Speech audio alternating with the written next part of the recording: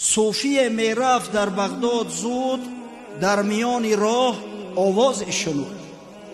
آن یکی گفت انگبین دارم بسه، می فروشم سخت ارزان کو کسی. یک صوفی سحر کجای می رفته است، بین بازار قطیرهش میگذشته است، ناخواست در گوشش صدا اومد. یک عسل فروش با آواز بلند نعره زده است که ها چه عسلی ارزان ده بیو.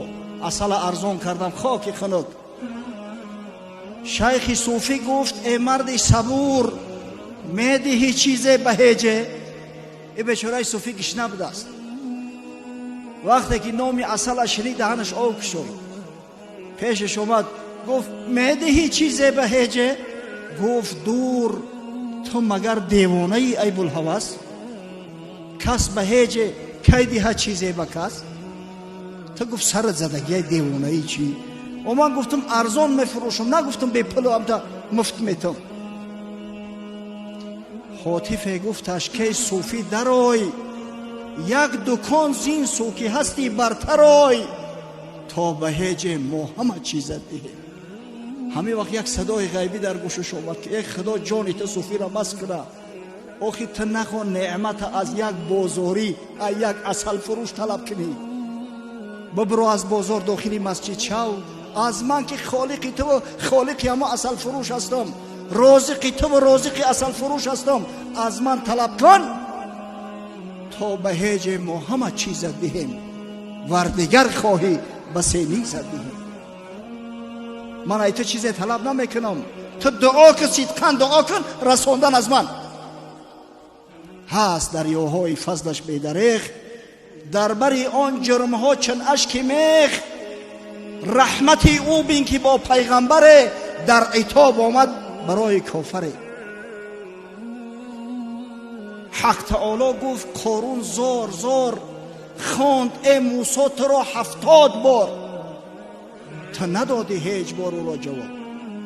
ولی حضرت دملا قبل از نماز تراویح قصه قارون را گفت میکنم، اما از بس که وقت تنگای دیگه دستگیر کردن نتوانست.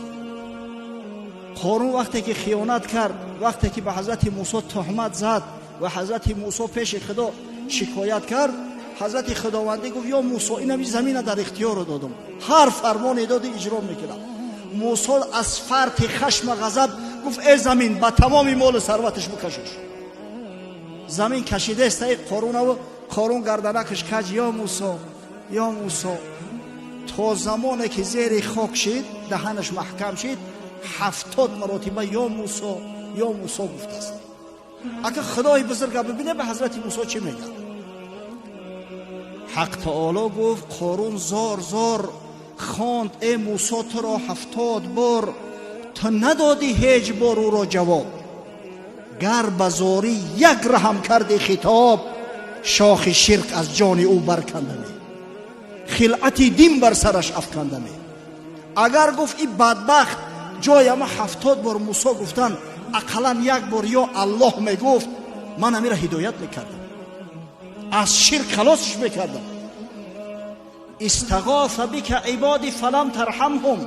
امام غزالی آورده است قصه را در احیاء العلوم، میگه خداوند به حضرت موسی گفت استغاث بک عبادی فلم ترحمهم، بنده های من از تو کمک خواستم تو رحم نکردی. و عزتی و جلالی لو دعونی لوجدونی قریبا مجیبا. قسم به عزت جلالم اگر مرا دعوت میکردن اجابت میکردم.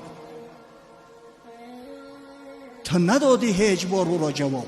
خاکسارش سر فرو بردی به خاک، گر تو او را آفریده بودی در عذابش آرمیده بودی. اگر تو ایره خلق میکردی آیا در همه عذاب و عقوبتش صبر کرده میتونستی؟ آن که بر بی رحمتان رحمت کند، اهل رحمت را ولی نعمت کند. او پروردگاره که بر بی رحمتان رحمت بکنه. آخی الحمدلله ما و شما اهل روز رمضان هستیم، ما اهل قرآن هستیم، اهل قرآن اهل الله هستم. البته که دعای ما پیش پروردگار اجابت میشه.